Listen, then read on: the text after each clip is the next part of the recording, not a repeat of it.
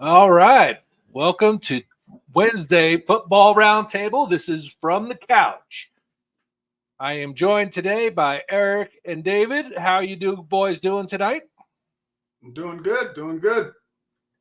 Hey, football is in full swing, so pretty good. How are we doing tonight, Sean? We're doing all right. So we're before we get into the show, just remember, please like, subscribe, notify, and share, and get the word out about this program. Because as I always say, we know as much, if not more, than the people you watch on the television. And well, by some of us, our picks prove it because we are out picking them on weekly games. What's up, Michael? I'm sorry? I said, what's up, Michael? Hey, going on, Paoli, Hot Pockets. So I'll get into Hot Pockets later, but yeah, he's not going to be too happy later in the program. Anyway, I wanted to make a confession. I told David and the group that I was going to make a confession. The last bunch of years, I've really been down and agreed with everyone saying that Josh Allen is overrated. And watching him play in these last 2 weeks, last week's game he didn't do anything special, but he didn't need to. So he's maturing, and just watching him, I am of the opinion that Josh Allen is not a top 10 quarterback in the league. He is not a top 5. He is a top 2. And I've denied this for so long. But there's only 2 quarterbacks, which I could say these are going to be the first 2 off the board during this season is going to be Patrick Mahomes and Josh Allen. So I will still continue to bag on him just because he is playing for a team from Canada, but it is what it is. So there you go, David. There is my confession to you. Well, listen. I'll say this to you, Sean. Look at Josh Allen is a top 2-3 quarterback. Okay, I mean, the fact is, you can make the argument for a couple quarterbacks. Some quarterbacks could be better if they had the pieces around them. I think besides Josh Allen's ability to do the things he does, I think the one thing that's very underrated about Josh Allen and about Buffalo in general is, people don't give their offensive line a lot of credit.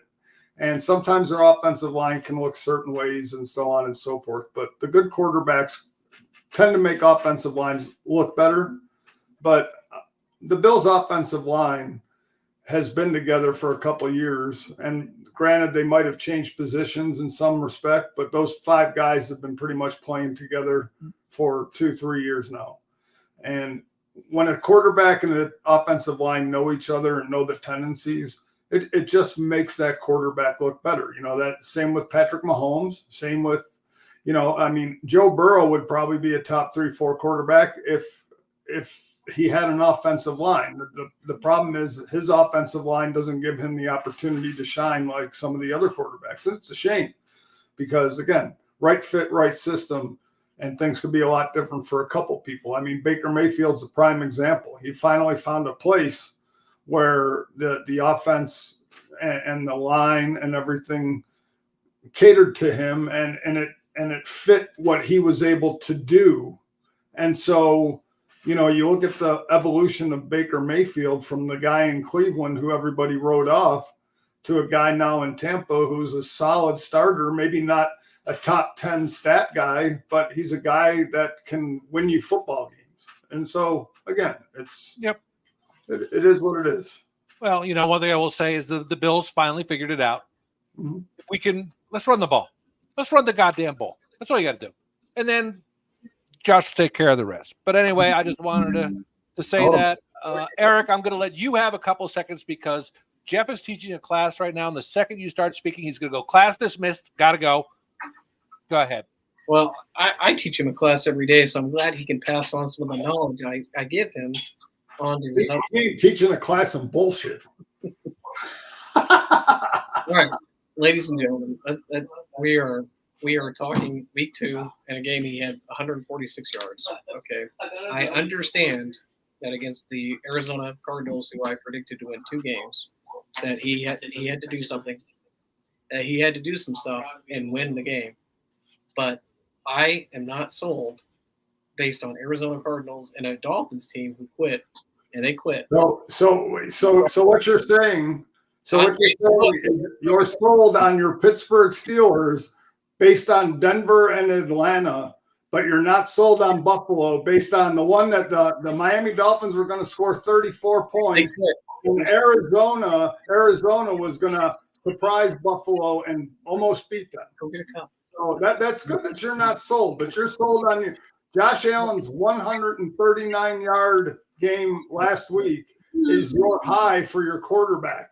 Period. That's your ceiling for your quarterback. But Josh Allen has 3 rushing touchdowns and his offense is well-rounded, and they've scored more points in one game than your offense has scored all season. Hey, so don't be sold. We got all season. 2 road games, 2 wins.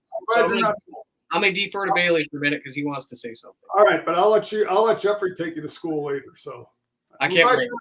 Don't be sold. It's good. Okay, so what's up, Bailey? Hey, what's going on, Bailey? The Vikings are 2-0. Yes, they are. They are. And that's another game we're actually not slated to talk about this week. Just like the Arizona Cardinals blowing out the Rams. Yep. They were missing some weapons, but still, that was complete. That was shambolic at best. We're going undefeated. But that's okay. They are 2-0. And I said in the beginning, Sam Darnold on that team is going to be different. Yeah, it definitely was. So in the news this week, the injury bug bites hard. I don't think there's any team that's been unscathed. We got Christian McCaffrey's out, Puka Nacua. Jets, 2 of their main defensive, the linebacker and the defensive end got injured. Defensive end season ending. I haven't paid attention to anything on the Patriots, but I just looked at their injury report. Like their whole offensive line is out. Cooper Kupp is out. Cooper Kupp's out now. I mean, this is Isaiah Pacheco. I mean, yeah. And the list keeps going on. Like if you have a fantasy team that is intact from when you drafted them, you are the luckiest person on the face of the earth. I am the only team in my fantasy league and the From the Couch league that is 2-0 in my league. So yeah. Nice. I have an announcement to make. Speaking of fantasy football, I wiped the floor with Jeffrey this week, and it wasn't close. So just another thing that I get to be taken to school about. I got a fantasy football announcement to make. I wiped the floor with Eric in my league, and not my From the Couch league, in another league, and it wasn't close. Did we do this week? Yeah, you played me, buddy. In class heroes, my friend. I went from the team everyone feared because I scored almost 200 points my first week. I'm like, I am rolling. Then everyone got injured, and I couldn't even pull out 150, so I'm done. Anyway, I want to talk a little bit about Bryce Young. 2 games, benched already. They wasted so many picks to get Bryce Young. 19 games it was. I know, but I expected him to go at least 4 games, but they're like, this ain't working. And the general manager wasn't the one who drafted him. The coach wasn't the one who drafted him. So these guys can walk away. You can walk, from him and be okay. But for the amount of picks they gave up, the only thing that makes you feel any better, and not only the picks, but then they made the trades for great players, is the fact that the Bears ended up picking Caleb Williams, which looks like Jamarcus Russell 2.0. or Ryan Leaf 2.0 to be more exact. Your thoughts on that, David? I'll just say this again. Like I said, I think the problem, and it comes down to like Bryce Young was a product of David Tepper. David Tepper fell in love with Bryce Young, the owner of the Panthers. Okay, and he gave up what he wanted to because that was the quarterback that he wanted. Okay, the fact of the matter is, and I will say this to anybody, Andy Dalton is not going to come into that team other than the fact that he's a veteran quarterback and fare any better, because that team is a mess. And quite frankly, I could see Bryce Young being a reclamation project for a team who can develop a quarterback, and Bryce Young could go on to have a very decent career. I'm not saying Bryce Young is not talented. That team is abysmal. That team is god-awful from offense to defense. And it just shows throughout the roster. This is not just a Bryce Young problem. This is a Carolina Panther organizational problem from top to bottom. So, hey, listen up. I thought about this, and I thought about what you just said. Andy Dalton's not going to come in and win, get them to the playoffs, but what he will do is he will stabilize them. So, when crap goes south, and crap's going to go south in football, quarterback is almost looked to kind of calm almost look to calm the storm. And I don't think Bryce Young has the maturity to lead. So leadership, right? We talk about leadership a lot, and I get, that's not important. That's incredibly important when your team is not very good. So what Andy Dalton knows how to do is manage a game. He knows how to win 20-13 or 13-6, even though we criticize and we mock those games. A lot of games end up that way. And where we don't turn over, we don't turn the ball over. We manage the game, get first downs, we punt when we have to, and we grind out games, which works. Man, okay, ideally. So I think he'll stabilize them, and I think they'll be competitive. I disagree with you only from the standpoint, and I get it. I'm not an Andy Dalton hater. I like Andy Dalton. I'm not an Andy Dalton hater by any stretch of the imagination. The problem with this team is you can have that stabilizing veteran. You can have the veteran quarterback, but the problems of this team run through the entire roster. And so while you can have a quarterback who stabilizes a part of your game, okay, he's not going to be out there to stabilize your defense. He's not going to be out there to do those things that regardless of a Bryce Young or an Andy Dalton, that is not going to fix, because your problems from a player perspective, from an impact player perspective, on both sides of the ball, they gave away their best defensive player in Brian Burns. They have nothing defensively. They have no playmakers on offense. And their best playmaker is Adam Thielen. Okay, it's not even DJ Chark or whoever else they have as receiver. Adam Thielen is your number one guy, who is nothing more than a number 2-3 receiver on the team. So I'm just saying, I think the things that Andy Dalton can bring, sure, but it's not going to be enough for them to overcome their team-wide and organizational coach from top to bottom organization thing to overcome. So David, what I'll argue and I'll counterpoint, and we don't spend all night on the Carolina Panthers, but I think they end up drafting very highly, and I don't think they win. But what he can do is he can get some first downs. He can keep his defense off the field. He can manage the game. We fall in love with these 34-20 games, 34-17. We fall in love with all these high-score games, but these quarterbacks, true football is managing situations. It's keeping the defense. It's knowing where your strengths and your weaknesses are. And these are still NFL caliber players that are on this team. So what he can do is he'll keep them in games. And you watch, they won't lose 31-3 with him. They may lose 20-17. They may lose 27-20. But he'll keep them in games and keep them competitive because he's a veteran guy that understands football and understands what's required in football to use the tools he's got. Well, we will see, because he's got the Raiders next week, and we're going to talk more about the Raiders in just a little bit. Before I move on to the next story, I was going to talk about Caleb Williams because he got benched on Sunday night's game. I don't know. I really don't know what's going on here. They have great weapons. I saw a meme today. Like Caleb Williams is the only quarterback this year to bring his team back from a 17-0 deficit, 17-point deficit. Well, his freaking defense got him 14 of those points of special teams. Is this going to be a problem? Do you think? Do you think it's going to rattle young Caleb? Go ahead, Sean or Eric. I'll let you speak first. So here's the deal. I wasn't sold on Caleb Williams, which is why when we did our predictions, I was like, I'm not sure it's all there yet.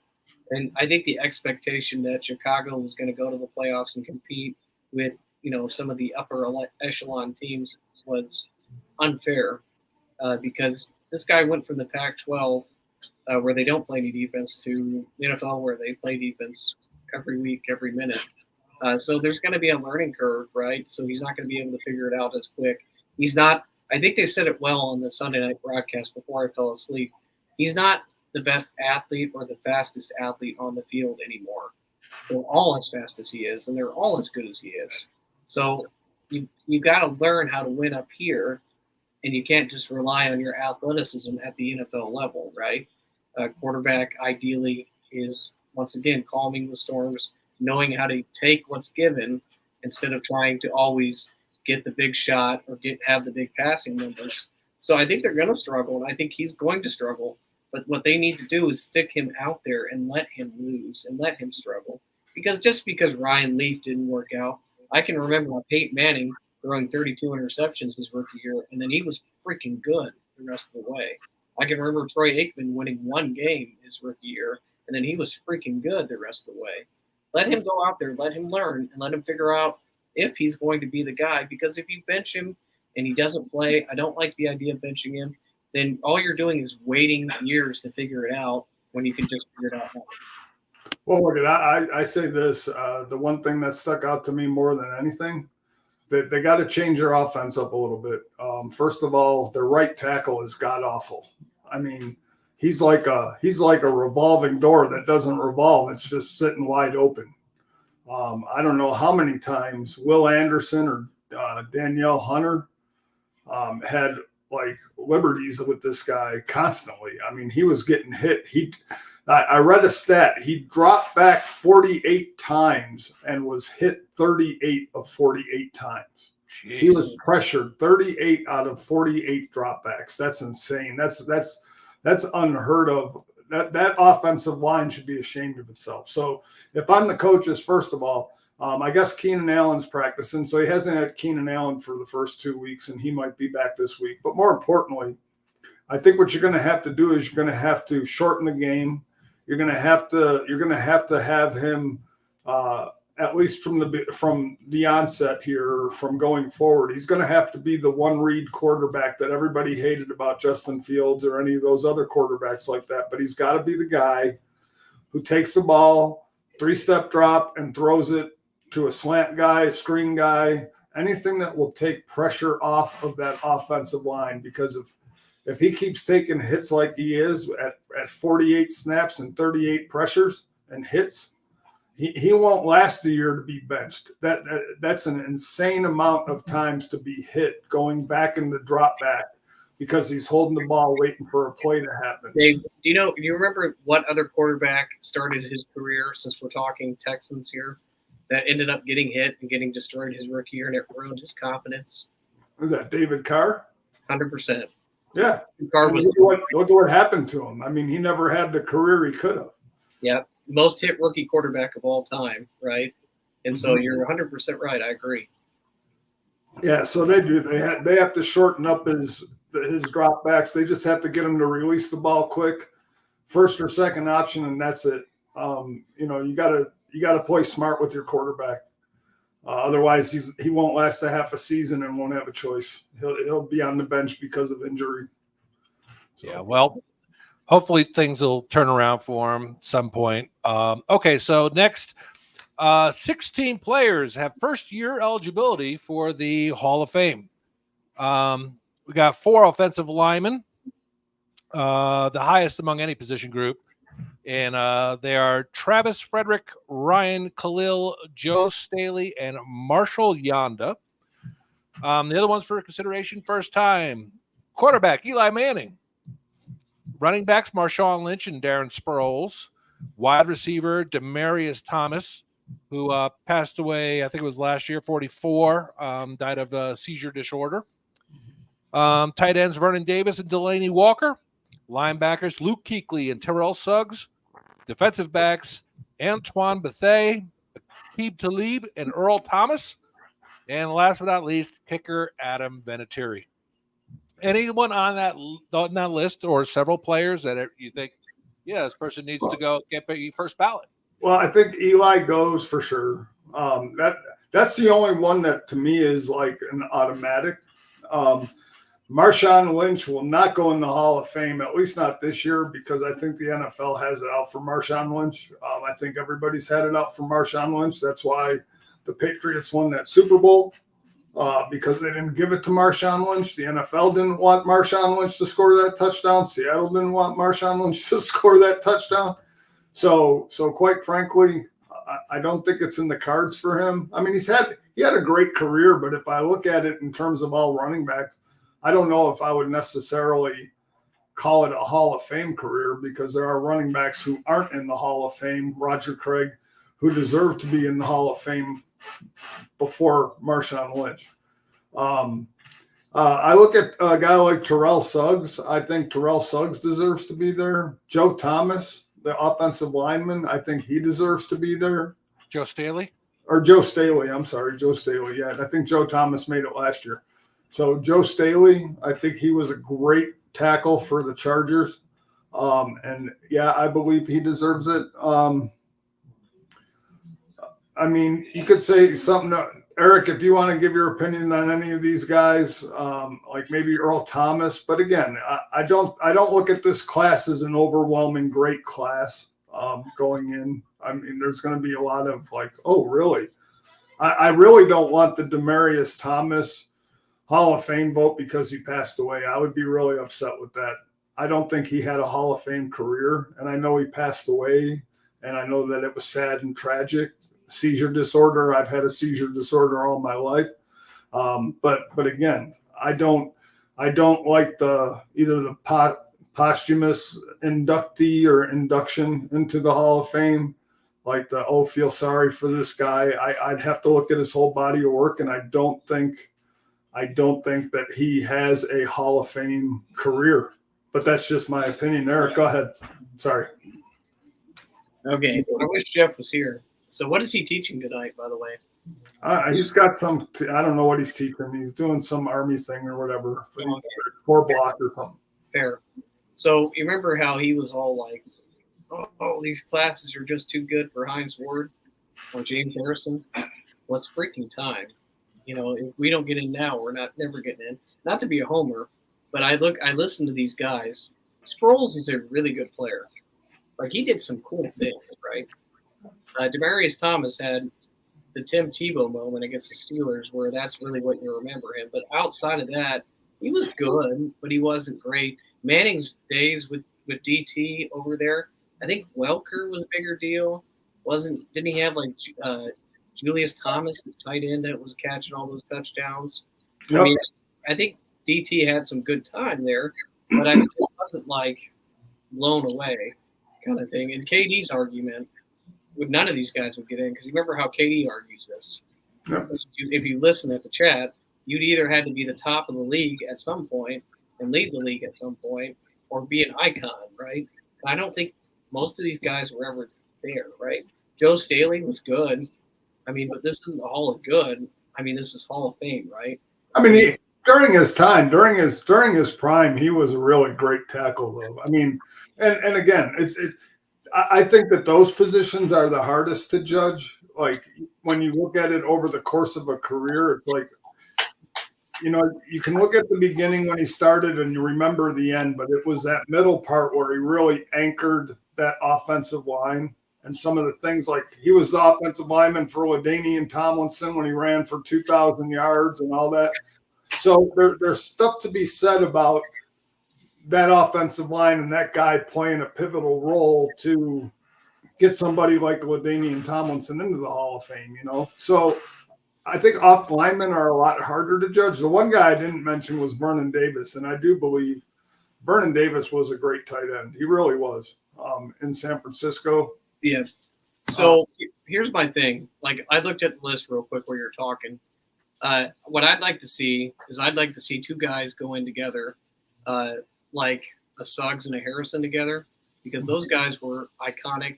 Those guys were Defensive Player of the Year. Those guys were what you tuned in on a December night when it was in Baltimore and it was 19 degrees. You watched Harrison and Suggs slug it out, right? Those guys were just killing the other quarterback. So, I mean, Luke Kuechly, you know, he was good, but he wasn't good long enough, right? So he had the injuries and he didn't have that prolonged career. Mm-hmm. And so it's a tough list, but I think some of the guys, like I mentioned, some of my guys, some of the other guys that have been pushed off for years because of the log jam of greatness. There's not a Terrell Owens on the list. There's not a Randy Moss on the list where you're like, those guys are the guys. This may be some of the guys that have been waiting get in, because I don't think it's that great of a list. I agree with you. If that's the first time inductees, I think this year is the year you're going to see a lot of the logjam break up a little bit.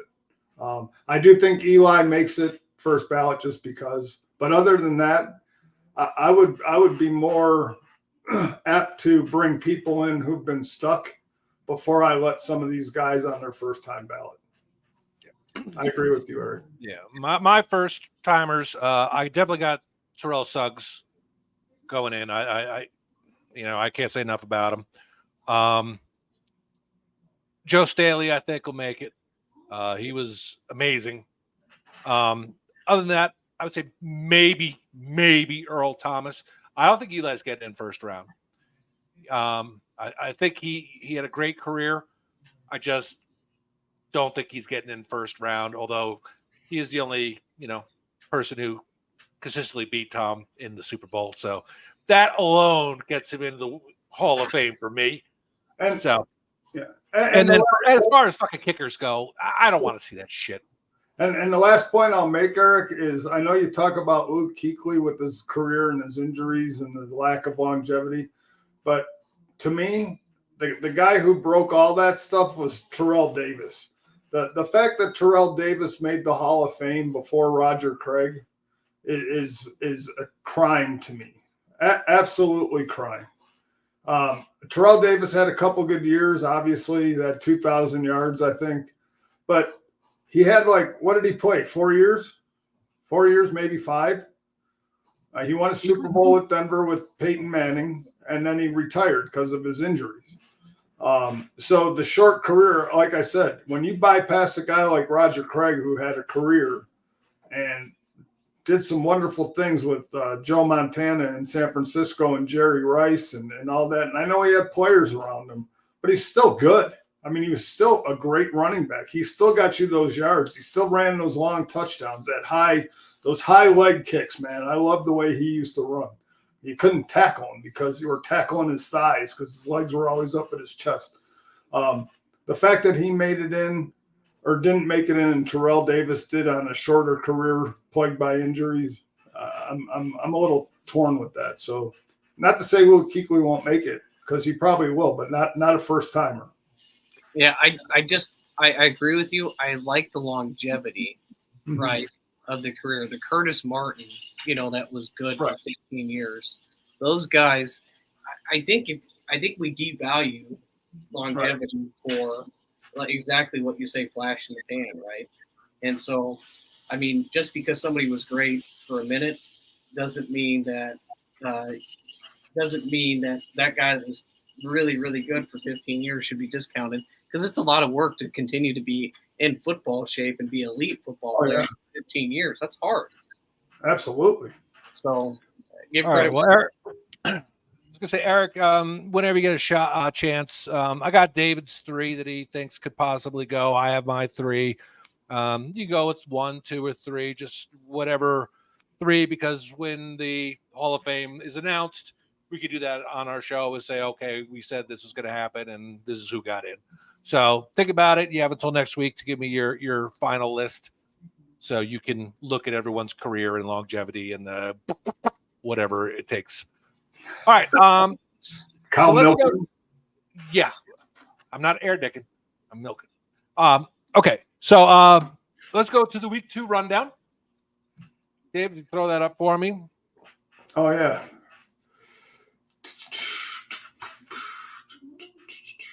And so this is just a quick one. Buffalo over Miami. Raiders beat the Ravens. Chargers beat the Panthers. Saints killed the Cowboys. Buccaneers beat the Lions. Colts lost to the Pack. Browns beat the Jags. 49ers lost to Vikings. Seahawks beat the Patriots. Jets beat the Titans. Giants lost to the Commanders. Rams lost to the Cardinals badly. Steelers beat the Broncos. Bengals lost to the Chiefs. Bears lost to the Texans. And the Falcons, in the last second squeaker, got the win over the Eagles. So I want to talk about a couple games here. Fortunately, none is going to involve Pittsburgh or the Jets. But we are going to start off with the Buffalo-Miami game, and this is what everyone's been talking about. I want to make this as short as possible because we've all heard so much about this, and everyone's got an opinion. But everyone keeps miscategorizing that Tua hit the bicep and the thigh, and that's not when he got concussed. It's when his head hit the turf, because every time he's been concussed, it's when the back of his head has hit the turf. I want to be diplomatic and say he's got to talk to doctors, his family, and figure out whatever. But I've seen a lot of people knocked out, and we've seen a lot of people get their bell rung or whatever. I have never consistently seen somebody, when they get a concussion, their body doing that every single time. Mm-hmm. He's a grown man. He's going to make his own decision. He's got his generational money. He's got it for his kids. He's not going to get all of it, but he'll get a huge chunk of it, and he still doesn't need it. I'm afraid that, NFL's damned if they do, damned if they don't. If they say you can't play, or, that is going to be a problem because they don't know. But if he does play again and he gets hurt, my fear is you're going to see something a lot worse than we've seen. Like the Bengals game was obviously the worst. Then the NFL is going to be to blame. But, it's a big boy game, and these guys get to make their own decisions. Besides that, Buffalo was killing them anyway. They had no shot. So, Miami's, I think they're kind of done for the season. He can come back week 8. Week 10. It's he can come back after week 8, but then they have their bye. So it's possible to come back. I think it's going to be a lengthy discussion. David, what is your opinion on the matter? I'll let Eric go first. Okay, Eric. I'd like this one. So please. Yeah. So ideally, as a human being, right? This is Apollo Creed, trying to tell Rocky that he needs to go out here and fight again, and Rocky not wanting to throw the towel in. I mean, we got to throw the towel in because this guy is going to die. And I there's no being soft about this. He's going to die. As somebody that's had concussions, that suffers through what concussions can do to you, that understands concussions, what it does to your speech, what it does to you overall in your mind, it's not worth it. He's got the money. Miami can be competitive if they go out there and make a trade. They can find a quarterback. They can find a Russ. They can find somebody who's maybe a backup who they can trade for a Kenny Pickett. And they can be competitive. They're not going to beat Buffalo, but they can be competitive. But football sense of it, I don't want to see this guy die, and he's going to, because too many traumatic brain injuries to the same spot is dangerous. And they know that. And I don't think they're going to push him to play. I think they're going to do the right thing here. And sometimes it's bigger than that. We talk about football, but about life in general. There are big life things that go on. So I think he needs to sit. Okay, David.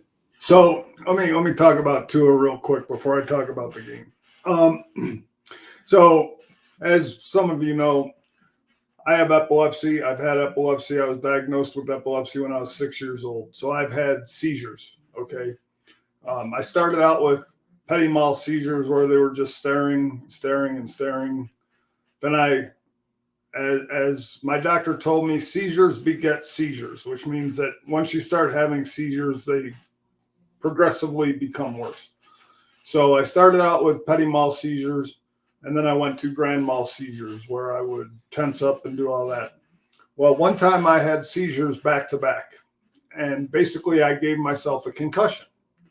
And in the course of doing that, I lost short-term memory for about 3 weeks. Like, you could talk to me and I would listen to what you're saying, and I couldn't comprehend a thing you told me, and I would forget what happened. I went on a vacation after I had my 2 seizures. My wife said, let's go down to see your mom in North Carolina. We were in North Carolina for like 10 days. I remember none of that trip hardly at all. I remember talking to people. I remember trying to play cards, and I kept asking, what card game are we playing? So those things happen, and they happen, and they're scary. I'm lucky that came out of my fog that I had, my brain fog. But with the type of concussions that he's taken, that brain fog will stay, and it'll stay longer, and it'll stay longer. I'm not a football player. I'm not an alpha male like those guys are. I'm not that competitive guy that has to go out there every Sunday and put it on the line. I'm not that. So from a human standpoint, like Eric, like everybody else, I don't want to see this guy die on the field or just become I don't mean to use the term, but I don't want him to become a vegetable. He's got a wife and 2 young kids, and his life matters far more than playing football. So in that sense, I hope he doesn't play football again, because the next hit could be his last hit. The fact that even the helmet to the turf that he took, it wasn't a violent collision with his head on the turf. I mean, and the thing about it is it was natural grass. It wasn't like it was field turf or artificial turf or MetLife Stadium. It was grass. And in relative speaking, it was a mild hit because it's not like he got whipped. He ran into Damar Hamlin, and Damar Hamlin basically kind of, if you look at it, he kind of cradled him down. He didn't throw him down. He kind of like caught him like this way and kind of just brought him down. And it was a soft blow to the head that caused that concussion. So from a personal standpoint, I don't want to see the guy die.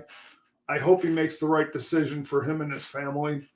But I'm not a football player. I don't have that competitive desire to go on the field and leave it all out there, especially knowing that I have 2 young children and a wife. I would want to be able to see my kids grow up. I'd want to be able to take my daughter, to her prom and walk her down the aisle at her wedding and do all these things. So from a human standpoint, no, I don't want to see him play. Yeah, the one thing I just want to, implore everybody here is that no matter what decision is made, that we respect it. Like, if he decides to retire, I think there's going to be a huge collective sigh of relief. Like, it'll probably be audible across the United States if that gets announced. But if he decides to keep playing, it is his decision. And that looks delicious, Eric. So, hamburger helper. Nice cheeseburger macaroni, delicious. So anyway, just please respect the decision he makes, and our thoughts go out to him, and hopefully he stays safe if he does decide to keep playing. Now, other than that, can I talk about the game for a minute? Yeah, talk about the game for a minute. Yep, I just got to say, the one thing I'll say is Buffalo played a complete game. They took away the speed of Tyreek Hill and Jalen Waddle defensively. They kept disguising, going from cover 3 to cover 2 to Tampa 2. They were taking away the quick passes, disguising their coverages. I thought it was a great game plan. But more importantly, I understand what happened to Tua. It happened late in the third quarter or beginning at middle of the fourth quarter because Skylar Thompson came in for 2 series after that. So the game was already over pretty much while Tua was still in the game and still performing. So the one thing I want to say that I thought was really nice about this is they didn't ask Josh Allen to do everything. They didn't ask him to be Superman. He had a hand injury. Everybody knows he had a hand injury. And they didn't ask him to be Superman. And he didn't have to be. The running game was good. James Cook scored 2 rushing touchdowns and a passing touchdown. The defense played great football, had a great scheme against their offense.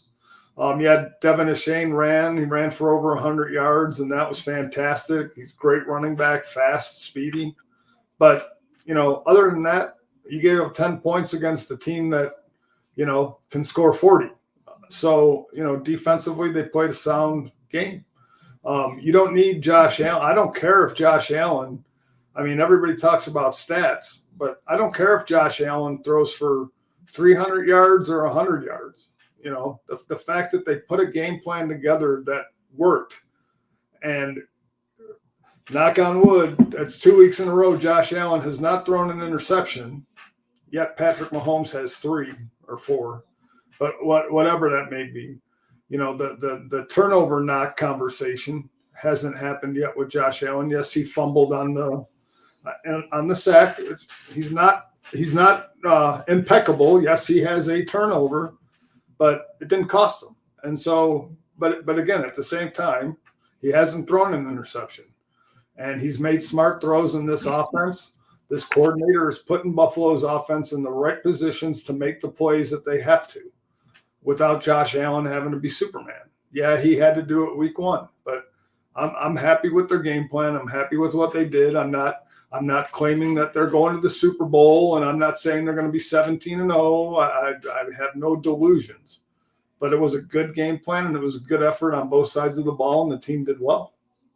Yeah, so you're 100% right. The game plan coordinator did great, okay? That's where they do great, right, when they balance and they don't put it all on Josh, because that's when they're setting themselves up to lose. So when James Cook is the real hero of the story, because he is, since last year, since they made that switch at coordinator, he has been the guy. He's been the straw that stirs the drink, or that stirs, and the straw that stirs the drink. That's how this phrase goes. So 100%. In this game, Miami quit. And they quit because why? Big Brother always beats them up. Same thing that happens with Baltimore and Pittsburgh a lot. Okay, Big Brother starts beating you up, then you start reverting back to being Little Brother, right? And so when Buffalo put it on him a little bit, Miami quit. And so that's on the coach. And he needs to figure his crap out, because for being this great offensive mind, he needs to be a leader of men and quit faithing on the sideline or being high and figure out how to get these boys, to respond when things start going wrong. And in football, crap happens, right? So how do you deal with that? And that's what's holding Miami back, is they're lacking a leader. They do not have leadership when crap goes wrong. Buffalo does, okay? McDermott is the leader. McDermott's the chief. McDermott's the guy who, when things aren't going well, they respect and they respond, right? Arizona punched them in the mouth. What happened? They freaking figured it out, right? And so that's what Miami's lacking, and that's the difference between these two squads. Good win, okay, a needed win, because we're going to get good tests here coming, including what could be a desperate Baltimore team in a couple weeks, which I can't wait. I hope you kick the crap out of Jacksonville, because if Joe's watching, I'm not a Jacksonville fan. So, and the last thing I want to say, the one good thing, and I think this is I said it last year about or 2 years ago when Philadelphia, or when I said that Philadelphia made a great free agent move, and it wasn't a player, it was hiring Jim Schwartz as their defensive coordinator, who I still believe in, even though they gave up that end of the game touchdown to Atlanta. I will say this.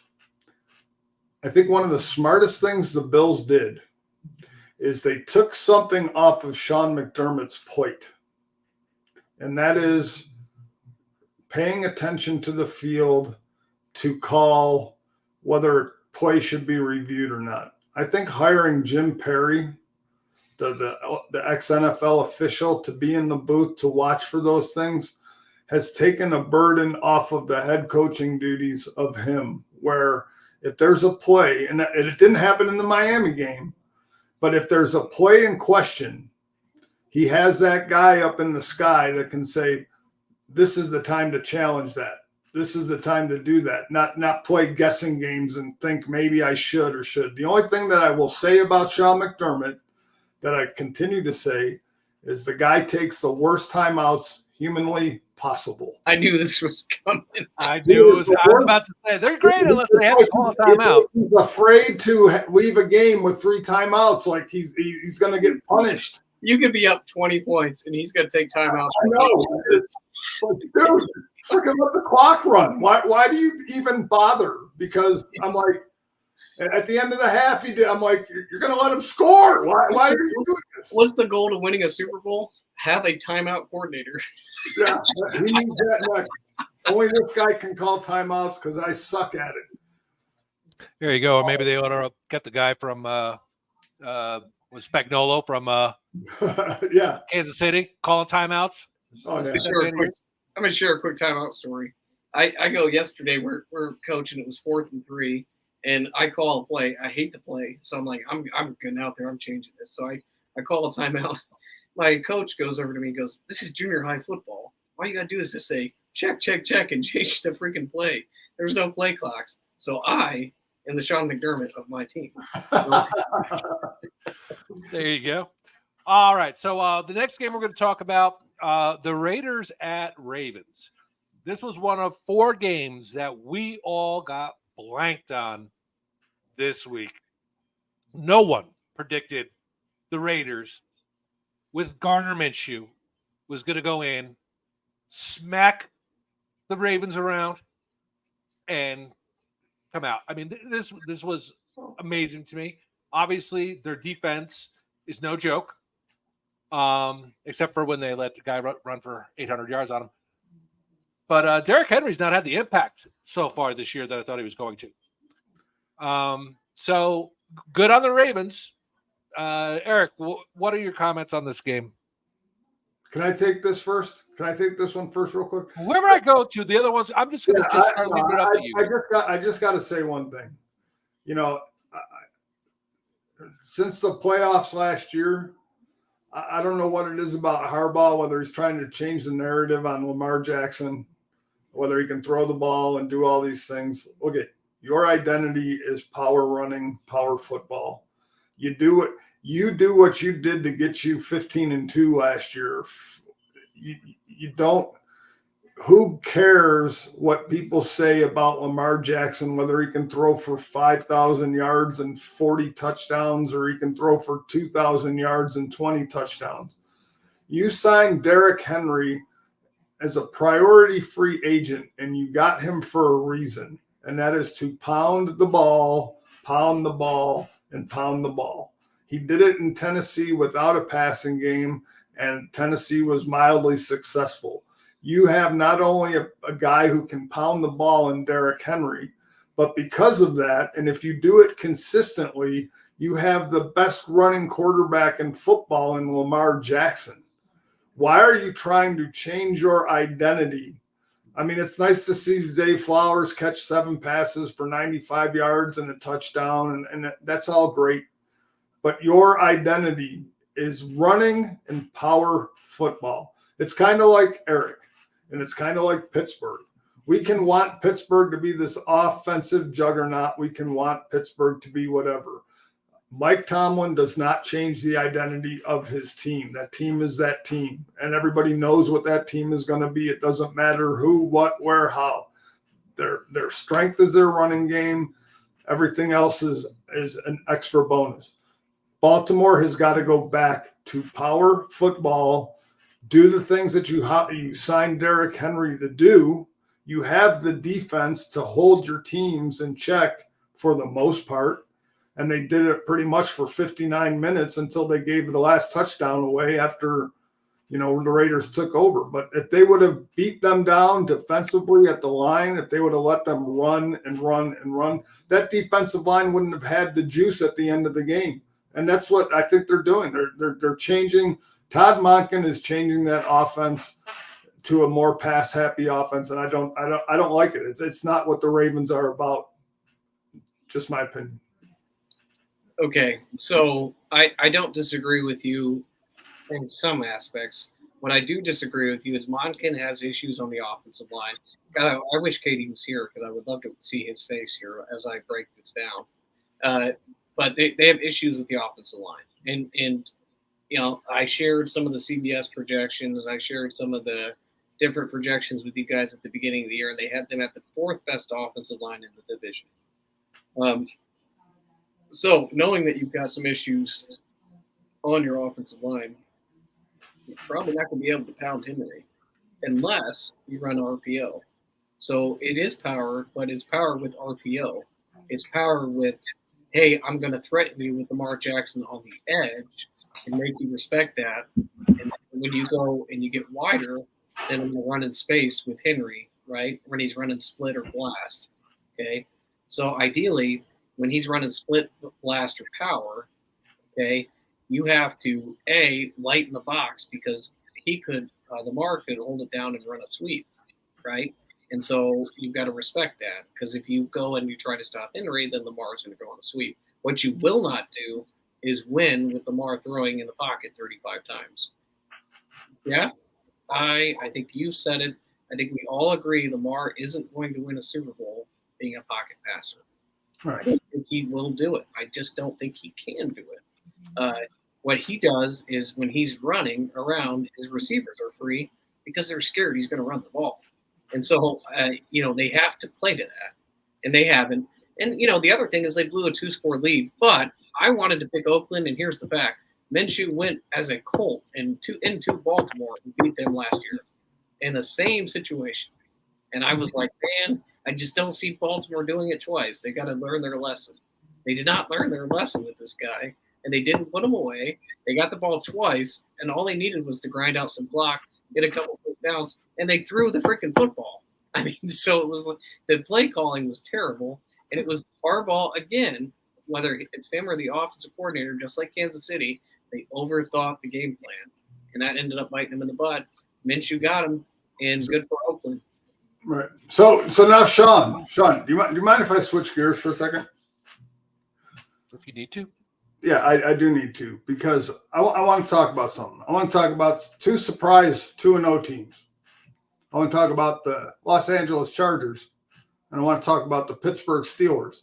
And who better to talk about the Chargers and the Steelers than my good friend Eric? And welcome to the show, Jeffrey Lodick. How you doing, buddy? We're going to talk Chargers and Steelers, the surprise 2-0 teams. Hi, guys. How we doing? We're good. Good. How about yourself? Jeff. Oh, why does Sean sound so disappointed to hear me? He said, "Oh, good, oh, good. It's been going so well. It's been going so well." Hey, Eric. I want to give our show 10 minutes of the surprise 2-0 Chargers and the 2-0 Pittsburgh Steelers. I don't know if we need 10 minutes, but Eric, are we at the point where we're talking about the upcoming games this week? Is that No, not yet. Dave threw an audible. I switched gears. Switch gears. All right, good. That's so. Eric, your 2-0 Steelers against the 2-0 Chargers. Tell me why the Steelers are going to win this game. So the big concern I have, well, ideally these are 2 teams that are going to run the ball, right? So they're very familiar with each other because the Ravens, or not the Ravens, they are the Ravens. The Chargers have become what Baltimore was, right? Offensive coordinator J.K. Dobbins, having the same set of running backs, Gus Edwards. So what they're going to both want to do is run the ball, right? The Chargers are away from home for a week, so that's environmental things. And I think the mobility of Herbert with an ankle injury is a key factor here because I think he's got an ankle injury that he's got some sort of ligament sprain. I think he's going to play, but I think he's going to be in the pocket. So I think they're going to probably try to run the ball, which plays to the strength of the Steelers without quarterback mobility. Because we saw what Josh Allen with mobility could do to the defense. He can stress the defense in different ways. If Herbert's a sitting duck, that's going to feed off the pass rushers. I think it'll be a low-scoring 20-13 kind of game because that's how they play. But ideally, I like Pittsburgh's chances because Herbert is not mobile. I think Chargers probably could win the game if he's mobile and he's able to run. Yes, he is playing. Fields is going to play week 3. Russ is not unlimited. He is limited in practice. And I think he's probably going to end up not the guy. Especially if Fields wins this week, the story's over. It'll be Fields the rest of the way. So I mean, it was. I think you said that the Steelers will win, but then I heard you say something that made me think the Chargers will win because you said 20-13. Were you picking the Chargers in this game 20-13, or were you saying the Steelers are going to win 20-13? I think Pittsburgh will punch 2 touchdowns and 2 field goals. One will be a defensive touchdown. 6 field goals and a safety. Yeah. So if it's 20-13, then obviously Pittsburgh lost this game. So here's the thing, right? So you got the number 1 defense with the Chargers against the number 2 defense of the Steelers. When it comes to scoring, right? I mean, that's just the way it is. I think that you could truly state that this is probably one of the most evenly matched up games based on season up to date. So season up to date, the Chargers beat a team that we think is going to be good by the end of the year, which is the Raiders, and the Steelers beat an Atlanta team that we think is going to be good, or at least competitive by the end of the season, right? So that's good. And then they both played the number 1 and number 2 picks in the NFL draft with Denver and Carolina. The Chargers obviously put 23 points up or 26 points up against the Panthers and gave up 3, and you gave up 6 and scored 13 against a non-offensive team, or a non-defensive team. I think it's interesting that in no way, shape, or form will this be a Steelers win in that manner. If you're saying there's going to be 20 points scored, anytime that, like, you had made mention of the Steelers running a two tight end, 2 receiver set, and that's cool. Arthur Smith never ran that offense before, and Arthur Smith is struggling to do it because a two tight end and 2 receiver set should equate to being a better run team, which you're not. And as a matter of fact, the Chargers are a better run team. Not only are the Chargers a better run team, and it's based on yards per game and scores, right? So rushing per game and all that good stuff. The Chargers have a better rushing offense than you do, as well as a better passing offense than you do. Where Herbert is going to be consistently Herbert, Justin Fields is going to consistently be Justin Fields. And whether it was Russ Wilson or Justin Fields, he's not commanding. I'll tell you this, if Pittsburgh puts up 13 points and the Chargers are at 0, it may be a difficult game for the Steelers or the Chargers to come back on. However, if the Steelers put up 13 points and the Chargers have 0, the Chargers may struggle. It may be a tough thing because then they're going to have to rely on the pass. But the Chargers can come back from 13 points down. If the Steelers are down 13 points, the game is over. And I don't give a damn if it's 13 points in the first quarter or 13 points in the fourth quarter because they're not designed to score. And if you force Justin Fields to pass every down, then the game's going to change, and we're going to see exactly why Chicago was thankful to get rid of him. Well, maybe not thankful because Caleb hasn't done anything else. Hey, Jeff, real quick. Herbert, you said Herbert is lighting it up. He had 140 I didn't say yards last week. Hey, listen, I didn't say lighting it up. I said that Herbert, how many touchdown passes has Herbert thrown this season? Not a whole lot. How many has he thrown? No. Listen, not a whole lot. One is not a whole lot, which is what Justin Fields has thrown. Okay. Herbert has thrown, I think, 5 or 6. No, he's not. Okay, tell me what he's thrown. I'll look it up. Yeah, look it up. I'm driving. I can't. I think bottom line. Bottom line is this: the Chargers have the 12th ranked scoring offense. The Steelers have the 26th ranked scoring offense. So regardless of how or who is scoring, one team has scored 1 touchdown. Another team has scored more. And the reality, 3. And now you're playing 1 and 2. Say again. 3. He's thrown for 3. 3. And how many rushing touchdowns have they had? Yeah. So again, bottom line is there. Listen, again, equal teams. They played equal teams. And so at the end of the day, as Harbaugh is teaching and they're learning, and Tomlin or Arthur Smith is teaching and they're learning, one team is learning better or being more efficient and effective, and the other team is still in week 2. I don't think it's that big of a difference. You're talking 185 yards rushing to 154 last week, so you're talking 31 yards. Right? Listen, hold on. You're right. I'm not talking about yards at all. See, here's the thing, Eric, and I'm using your argument because last year I told you that Cleveland was the number 1 rush yards against team in defense, and you said, but Pittsburgh was number 3 in points against, and that's all that matters. So what I'm telling you is, if forget yards. So now we're going to talk just scores. The Chargers are number 12. The Steelers are number 26. Okay. In scoring offense. Environmental. In scoring defense, the Chargers are number 1, and the Steelers are number 2. And Jeff, it's by 3 points. Real quick, right? I'm listening to you. The Chargers had a home game too, right? Sure. Environmentally, right? So there's a difference between playing in. Yeah. Hey, so here, I'll say this, right? And that's cool. Tell me the environment plays a role. I'm good with that. That's great. But here's the deal. I get it. Pittsburgh is a mile high, but they weren't a mile high the game before. Where were they at the game before? Atlanta. On the road. Atlanta. Yeah. I don't give a shit about it. I don't care about road. You guys give that advantage because here's the deal. Buffalo played on the road in the heat, and they were going to get crushed. And I'm using Buffalo as an example about environmental. I don't care about environmental. You guys put onus on it. Now, environmental, if this was January, like you said when you were going to beat Buffalo last year, and I agreed with you as far as that concerned, based on the fact that wind and weather and all that stuff, and it was having to be a run game, I get that. But in this instance, we're in September. It's in Pittsburgh. There's no snow expected.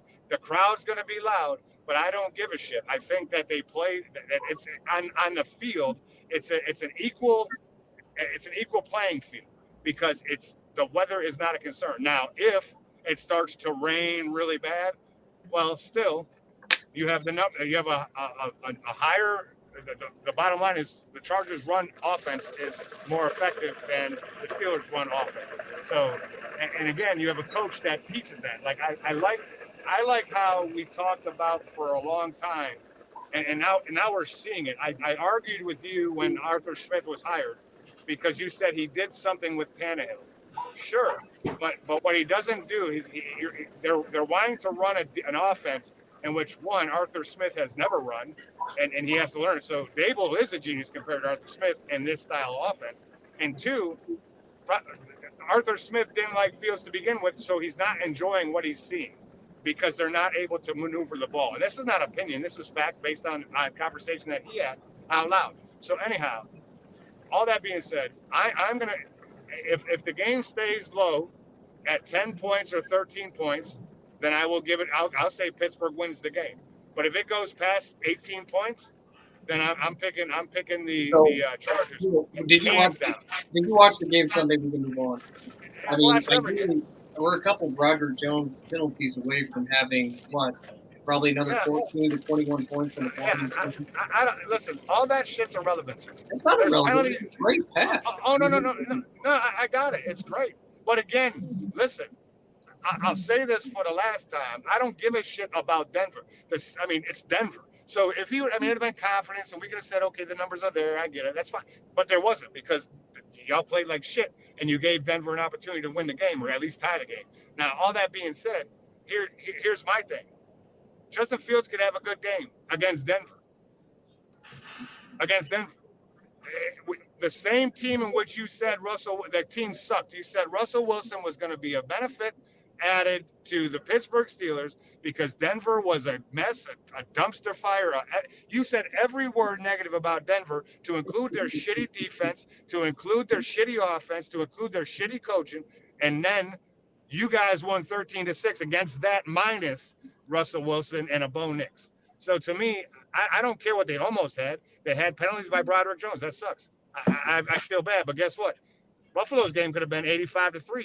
Right. But there was penalties that were called. The fourth quarter, it was before the last 4 minutes of 13-3. Game was over. They were getting the game over and not take any risk. They were running. Yeah, listen. The fact that you said in the last 4 minutes they were getting the game over. Here's the deal, right? That's cool. And I'm telling you, for 55 minutes of that game, or the last 25 minutes, because you scored a field goal on the first drive in the second half, I guarantee you that. And I know Mike Tomlin said we're doing this because he's not going to say, "Listen, our offense can't fucking produce." He's not going to say that because that's not Mike Tomlin. But here's the reality: I can guarantee you, Arthur Smith didn't sit there and say, "Hey, listen, Justin, what I want you to do for the rest of the game is not put the ball in the end zone or near 59-yard field goal for Boswell so he can kick it, because that's how you've been successful this year on fucking field goals." I mean, it was nice to see him score a touchdown. I like that. That was a great play.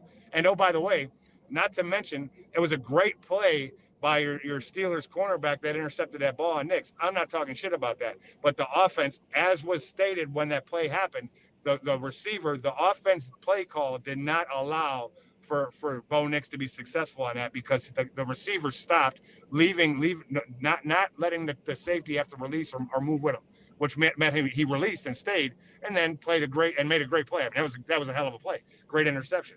But the offensive play call didn't attribute to excellent or success being executed, because the guy was just kind of laying out there in the middle of nowhere. You know, but yeah, I mean, you wait real quick. You can say the game was over, but here's the reality: it's over because Bo Nix is not a seasoned quarterback, and Denver is a fucking trash team. That's fine, but they still put up 6 points, field goals. I got it. An interception in the end zone. I got it. If you were to say without all those penalties that Broderick Jones, well, listen, I'm not sure if you remember this or not. Denver had 127 yards of penalties. 127 yards is a full football field plus 27 yards if you didn't do the math. Or you could just include the end zones and have it be an additional 7 yards. But at the end of the day, 127 yards and you won by 7 points. To me, that's not impressive. And it's not. And I know by record, because you are what your record is. I will tell you right now, 2-2-0 teams, one's going to be 2-1, and it's going to be the Pittsburgh Steelers, because you are what your record is. And I'm telling you, lucky to be 2-0. We'll get to picks. So, Dave, all I can tell you is damn you and your audibles, because every time you end up taking a spot. I knew this audible was coming at 3:00. I talked to him before. He said, "Just start talking about this. Don't say nothing until." John is the freaking narrator of the show. Hey, Eric. Hey, real quick, and this is no shit. David's the worst fucking setup guy ever, because he just tells on himself like he's an idiot. But no, it's fine. It's okay. But here, I do have one thing to say, and I do have to ask you a question, Eric, and I don't want to be on Pittsburgh for any longer than I have to. But so I am actually in agreement with what Pittsburgh is doing. I'm in agreement that they should be playing Justin Fields, because whether 26 touchdowns and 8 interceptions is worth it or not, the biggest thing that's worth it to Pittsburgh is this: you have to figure out by the end of the season if this guy's going to be worth $40 million or not, because that's how much it's going to cost to sign him or to franchise tag him. So even though all the pundits are like, "Oh, Russell Wilson, he's going to be upset. He's going to be this. He's going to be that." Russell Wilson is not going to be the future of the Pittsburgh Steelers. He's making his money, and they're letting him put on his pads, even though he's inactive for whatever reason, to make himself feel good. But I do like the fact that Pittsburgh is doing the right thing by their franchise, because they have to figure out if Justin Fields is going to be their starting quarterback going beyond just this season. So in that sense, what they're doing. Hey, is Russell Wilson going to get traded to Miami or what? I think if I had to say today, I think he or Kenny Pickett ends up in Miami. I think it would be Russell Wilson before Kenny Pickett. I think Tannehill's going to end up back in Miami. He's a free agent. I heard today that Miami, there was the idea of a second-round pick. If they threw a second-round pick at me for Russell Wilson right today, Kyle Allen is my backup the rest of the year. And I'm taking that second-round pick and running with it. Well, I just want to let this be known right now, right? And I want to let it be known very clear. The fact, well, one, they signed Tyler Huntley, which is a good signing for the moment, but it's not a long-term solution, because the bottom line is the dude is not a proven winner. Right? He'll fit for the moment, but regardless, when Pittsburgh makes a trade, whether it be Fields or Wilson. And I think Wilson's going to be the guy to go because of the fact that he hasn't played and Fields has. I will have been right. It just will be the different quarterback. Because the reality for me is when they signed Justin Fields or traded for Justin Fields for a sixth, potentially fourth, right, with how he starts, they were going to recruit or they were going to get back picks on one of those two guys because they weren't going to stay for the whole season. And now it makes sense. Yeah, he just. Hey, that's God coming in and saying it's time to give the show back to Sean. Yeah, it is. Sean. Okay. So I am going to begin with my my detox period ends in 22 hours and 43 minutes. I cannot wait because if I have to do another one of these shows sober, I'm going to go crazy. So let's go on to another game we all got blanked on. Saints and Cowboys.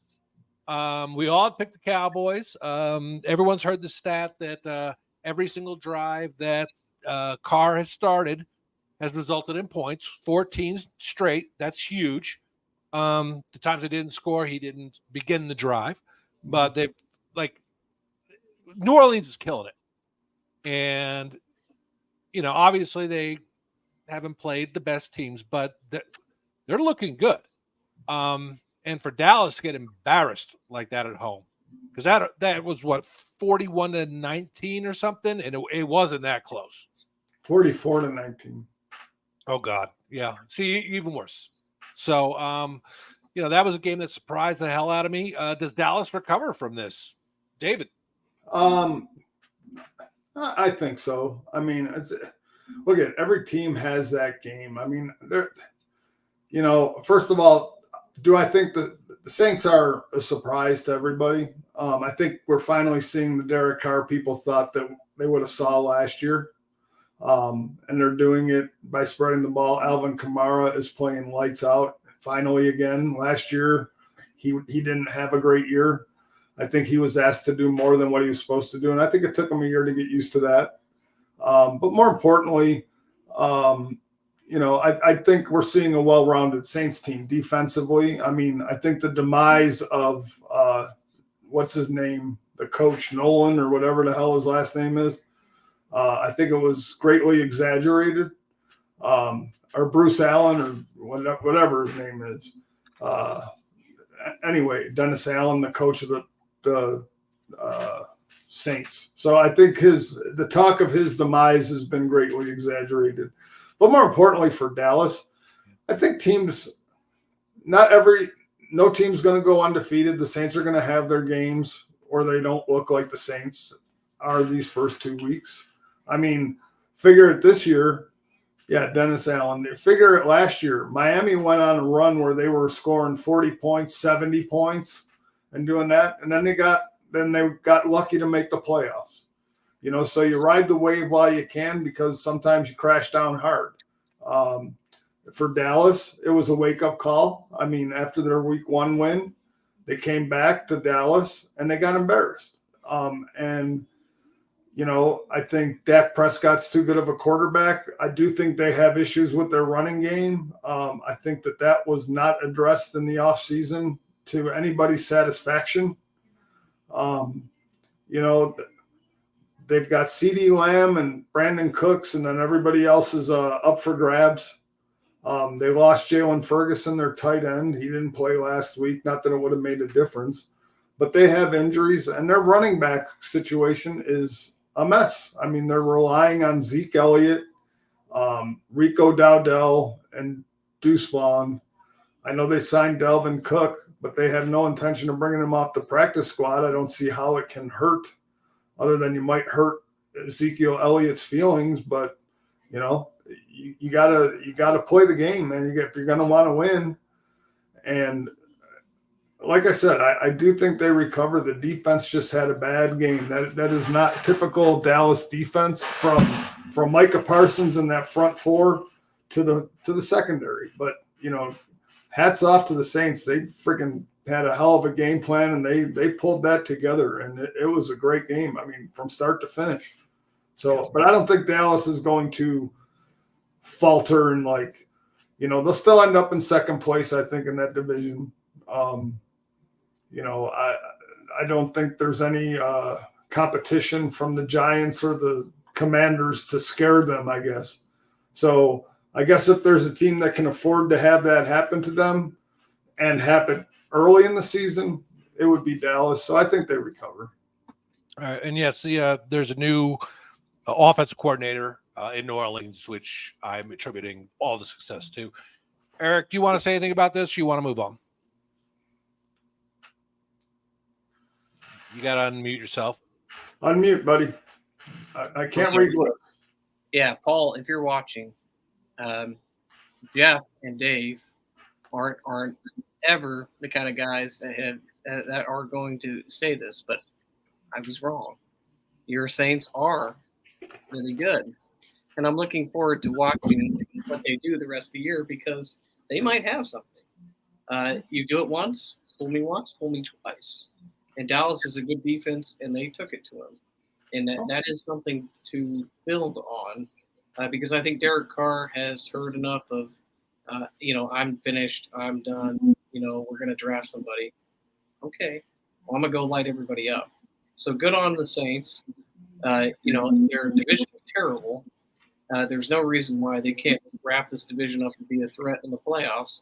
Especially, my only fear is that you don't peak too soon because that does happen sometimes where you come out on fire and then you peter out. So, keep it going. And I hope Carr's got that chip on his shoulder because that's the difference right now is Carr's got a big old chip.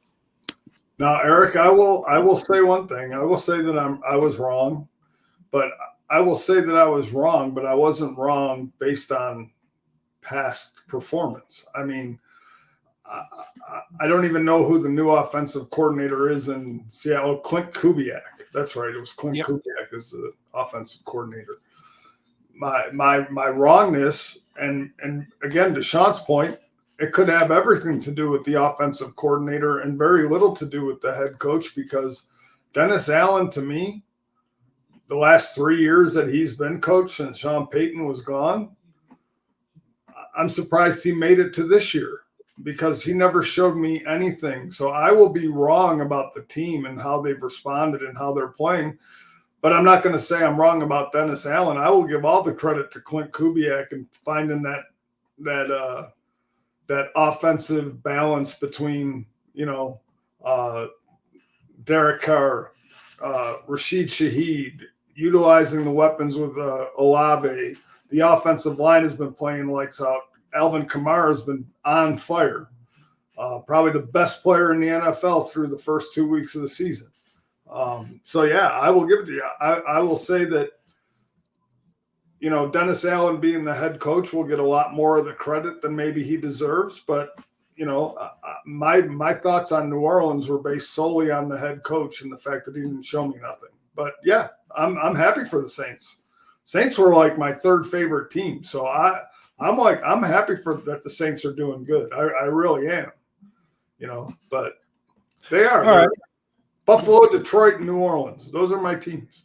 All right. Well, I was going to go on to the Bucs-Lions game, but we are running short of time because we still have to do our picks, which take at least a half an hour.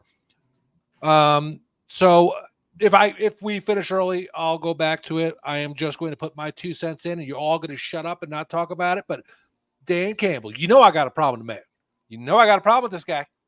And at the end of that first half, that team had no idea what the hell they were doing, and hence they didn't kick the field goal, and hence they lost. Okay, so the last game we're going to talk about, Falcons-Eagles. So I'm going to kind of set this up for you. I'm watching this game, and it's going, and I can't believe that Atlanta's moving the ball and doing everything they could do on this.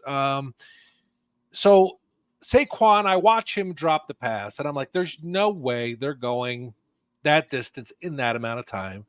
One of my daughters wanted to go out for a night drive, so okay, well, let's go ahead and we'll drive for a little bit. So we go out for a half hour, drive around. I come back and I flip on SportsCenter just to see the final score, just to confirm in my mind. And then it's like, and we'll be right back, from this amazing victory of the Falcons over the Eagles. And I couldn't freaking believe it. So I saw the whole game. I invested 2.5 hours. And then Kirk Cousins goes down. And you like that. Me? So we all like that, except Sure. for Paoli. Paoli didn't like that.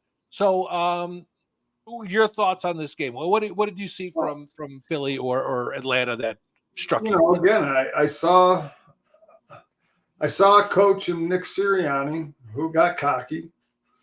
Look at, I don't care when you're up by a score, you take the points.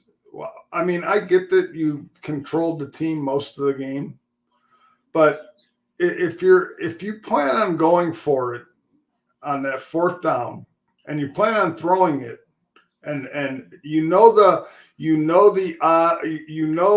that if they throw it and the other team has timeouts or two and they can get the ball and start moving, if I'm willing to take that offensive risk to do that, from a defensive standpoint, I come out and play the same defense I played for 59 minutes and 30 seconds, which is in your face, try to make the plays, try to get down the field. Don't give them 20-yard cushions to catch the ball and get out of bounds, do all these things. If I took that chance, if I was that aggressive on offense to try to make that play and to put the game away, I need to be just as aggressive on defense to stop them from moving the ball. And that is my issue with all teams. Look you've heard me sit here and talk about my team forever and what they do with their damn 2-minute defense or whatever.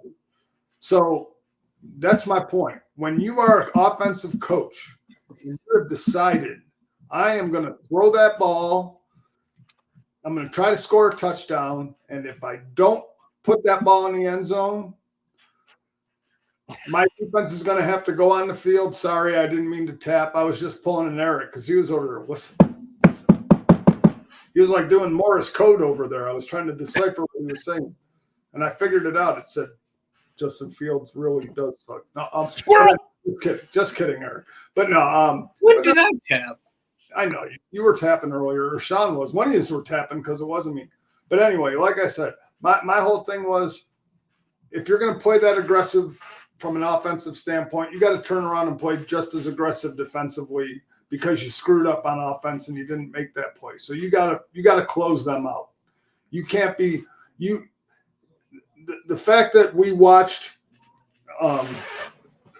we gave a lot of flack to, and we talked about this in the preseason and before the season, about Aaron Rodgers, about Kirk Cousins, both older quarterbacks coming off Achilles. And we saw in their first games back from injury that they were rusty. Well, as the game went on, Kirk Cousins, and to the same point, Aaron Rodgers for the Jets, as their games went on, they started to get more comfortable in what they were doing, and they started to get into a rhythm. And in that game in Philly, Cousins started out a little rough, but then he started to get a rhythm, and he started to hit passes to Darnell Mooney and Drake London. Algier and Robinson were running the ball and effectively, and he started to get more comfortable, and he started to have a little more time in that pocket. So when that happens, you have to look at the game situation, and then you go for it. You can't give a quarterback like that the time to move down the field, and they did that. And so they deserve to lose. They deserve to lose that game just because of what they allowed defensively. You can't do that at all, period. I'm not a fan of the 2-minute defense. The prevent defense only prevents you from winning the game. Eric, any thoughts? Yeah, so I'll be quick. All right, the theme of the night is leadership, which is my problem with Philadelphia, right? Leadership. We've been talking about it all night. Coaching staff. That was their problem last year. That was the problem last night or Monday night.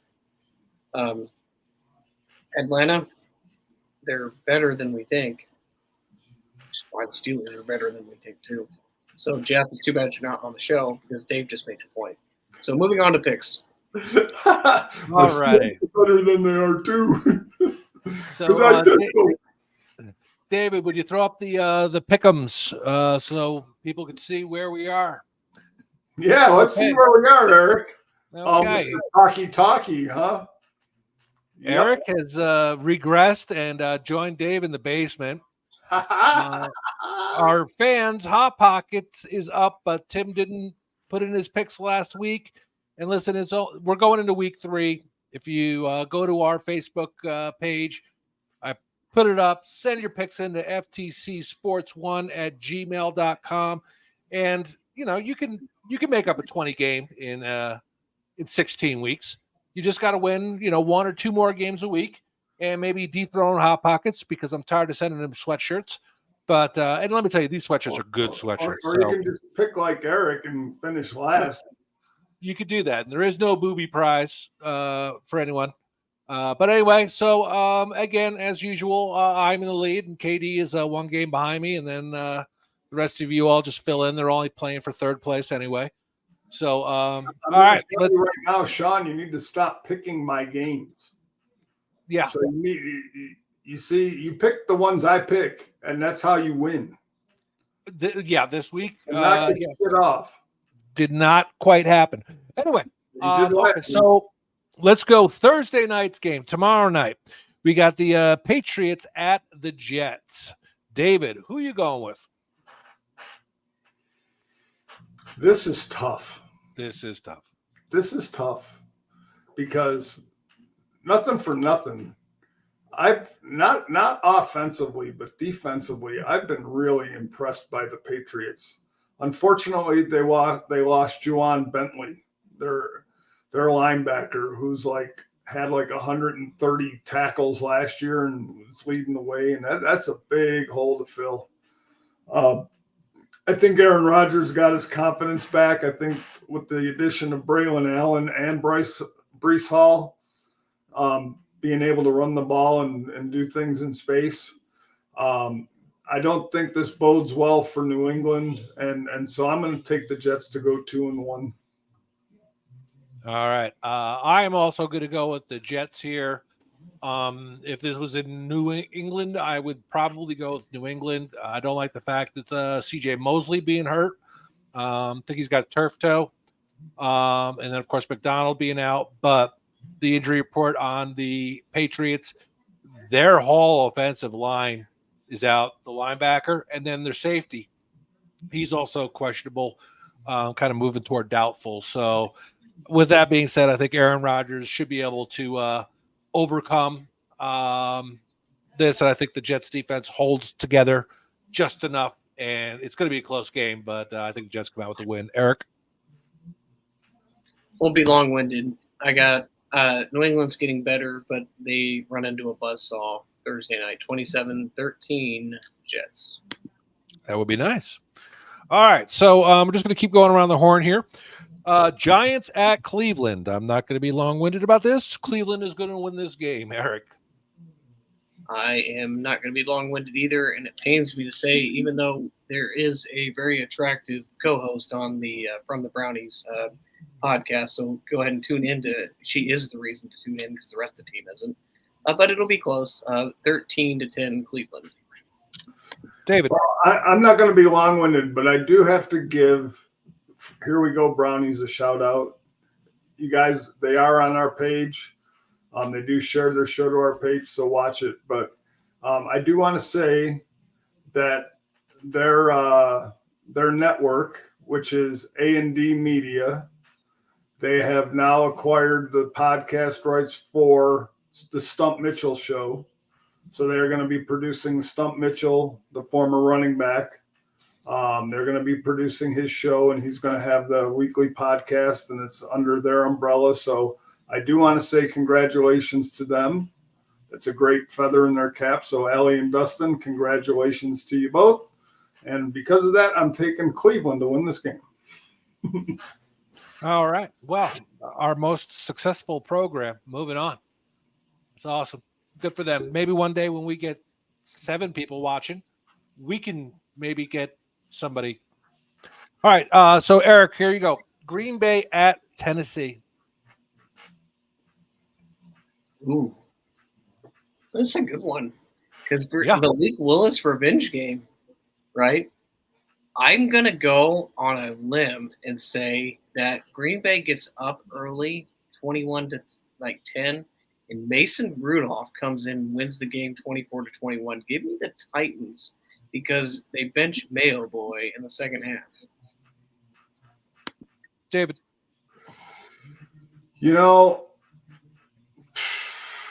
I would really love to go Tennessee here, but Will Levis is an idiot.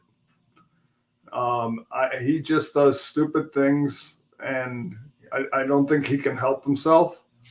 I'm going to take Green Bay in this game. I think Malik Willis coming back. I think with Josh Jacobs, he does just enough. And I know Tennessee has a really good defense, but you can't keep shooting yourself in the foot offensively and keep getting away with it. So, yeah, I'm taking Green Bay. All right.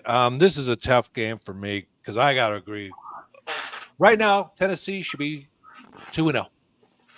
Period. Instead of 0-2. And it's all on Will Levis. I think he is going to right the ship. I think what was said to him, and then people with the lip readers and the coach and whatever, and the coach said, I got to realize cameras are on me. No, I think every camera in America should have been on him because that was an idiot play. And what the fuck are you doing was probably the most polite thing. And actually, those were the probably correct words that should have been used in that situation. I'm going to go Tennessee is going to beat Green Bay. David, you get Chicago at Indianapolis. Man, neither one of these teams are good, great, but that offensive line is a sieve for Chicago. And if they don't do anything to protect Caleb Williams, it's going to be a short season for that guy. He takes too many hits. And because of that, I think Anthony Richardson having that second year under his belt, and the running game with Jonathan Taylor, I think this is going to be like a 17-14 game, and I think Indianapolis pulls it out. All right. I got to agree with David on this one. I think Indianapolis is going to pull it out. Purely the fact is they're at home. So, Eric? God, what a terrible game, right? Yeah. I don't think Indianapolis is very good either. Let me go Colts 15 to the Bears 12 in a game of all field goals. Yeah, I was going to say, when you said 17-14, I'm like, who the fuck is scoring a touchdown on this one? Okay, so David just went there. So I get Houston at Minnesota. Houston wins this one. Sam Darnold comes back down to earth. Eric. I think I owe the biggest apology to Sam Darnold. And I think I was like, man, this guy's going to suck. But I think he's got it. I think the Vikings win, and I think they win 31-20. Wow, yeah, David. Yeah. Eric, you suck because I think the Vikings win too. I've watched the Houston Texans, and they struggled against Chicago, even though they pressured Chicago to death. I mean, they were still in the game. And as long as Justin Jefferson is healthy in this game and can play, I know he had a quad or a thigh contusion or whatever. So as long as he's healthy in this game and their running game is still working effectively, and if Jordan Addison's back or even not, they got Jalen Naylor and their defense has been playing well. I'm taking Minnesota in this game too. I'm not going to give a score. I think it'll be a little closer than 30-20 or whatever he said, or 31-20. But I think Sam Darnold playing behind that O-line, I like what I've seen from him. He's playing smart football, and that's what you need to do is play smart football. So I'm taking Minnesota. All right. So, Eric, you get Philadelphia at New Orleans. So I think he comes down to earth a little bit, but New Orleans still wins. I don't like the coach of Philadelphia. I don't like the coaching staff. I do like the bodyguard if he's still around. That dude's legit. Like you don't want to f with him. But let me give me the Saints here, 27-23. David.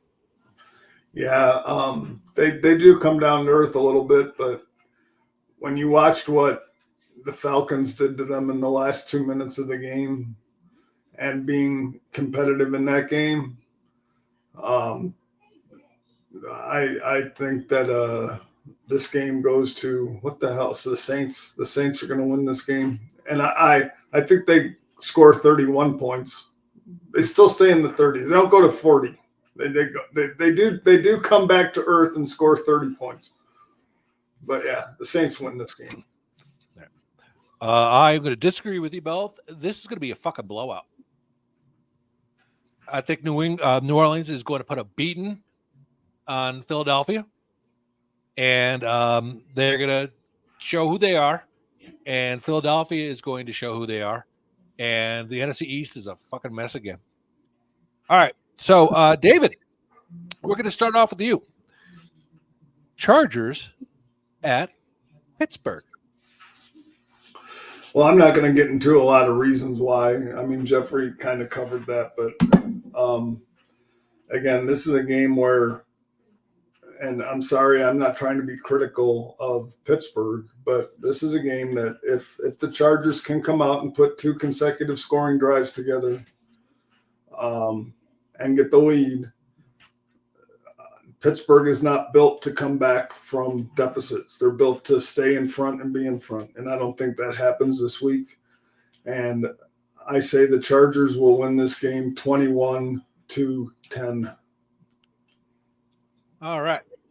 I am going to go with Pittsburgh in this game, and for a couple of reasons. Number one, you got a West Coast team having to travel east, playing earlier. It's a dome team. They're playing outside. If there's like, a 3-mile-an-hour wind and 18% humidity, that's going to throw the Chargers completely off their game. This is all environment for me.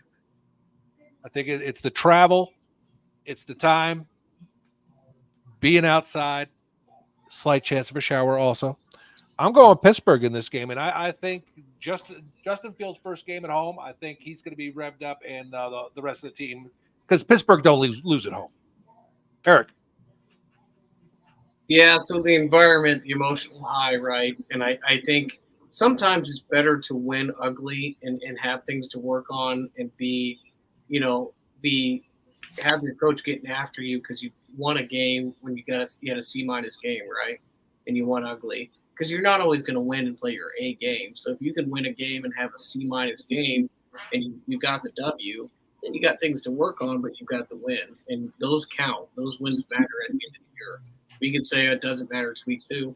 Baltimore will regret losing to Oakland, and Pittsburgh will regret not blowing that game. So ideally, I think they're revved up. I think Herbert's ankle is the thing for me. Quarterback mobility. If he can't move, they're not going to run J.K. Dobbins down Pittsburgh's throat. That will not happen. Gus Edwards is not going to run down their throat. They're not going to go run 200 yards. Herbert will have to win.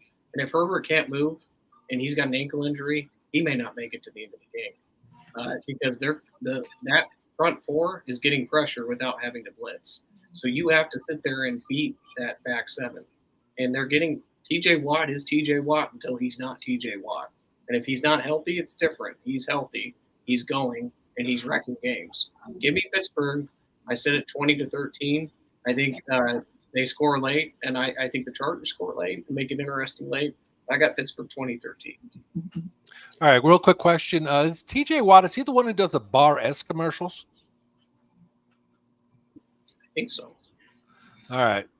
Because let me tell you, man, that was okay in college, but if you're an adult, you can't be eating that. So that's the only thing I don't like about TJ. Okay, so now we're going to go to me. Denver at Tampa Bay. Tampa Bay. Eric. Yeah, we don't got to spend a lot of time. Tampa Bay. Tampa Bay. All right, Eric. Carolina at the Raiders. All right. So I'm going to go Raiders, but I'm going to say this with the quantifying the same way I said with the Oakland and Baltimore game, where I was like, Andy Dalton will play well this week, and he'll keep them in this game. The Raiders win on a walk-off field goal, 23-20. The Raiders. I'm not going to go into it. I agree. I got the Raiders. Carolina, David, you have never said a more correct statement, but Carolina's a fucking mess from the parking attendants on up to the owner. Okay, then let's see. That is David. Back to you. No, Eric. Oh, sorry, Eric. Miami at Seattle. Yeah, so Miami can't get a quarterback fast enough to make this matter. I mean, if they went and got anybody other than Father Thompson, I might be okay. They'll be fine. I got Seattle probably 27-10. I think Miami is in trouble until they get somebody in there that can sling it. David. Now, if this was in Miami, I would give Miami a fighting chance because regardless, I mean, they have Devin Achane, and he's a hell of a running back. And if you can get Seattle on your heels in a running game, you don't need to have your quarterback throw for 100 or 300 yards. So Skylar Thompson wouldn't be required to do that. Playing in Seattle in that hostile environment, I'm going to go Seattle, but I don't think it's going to be. I think it's going to be like a 24-14 game. Because again, Miami's running game is good. They're fast, and Achane is amazing. I mean, he can do it catching screen passes and running through the middle of the line, and he's got that acceleration. So it's going to be closer, but Seattle wins because they're in Seattle.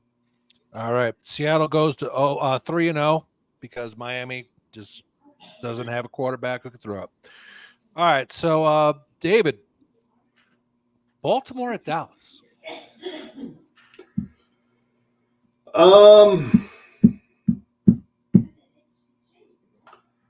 Well, Baltimore hasn't proven that they can stop anybody in the air. Baltimore has to get back to their identity. They have to run the ball, and I'm in agreement to an extent with Eric with the RPO, but I think what they have to do to make the RPO much more effective is they have to pound Henry inside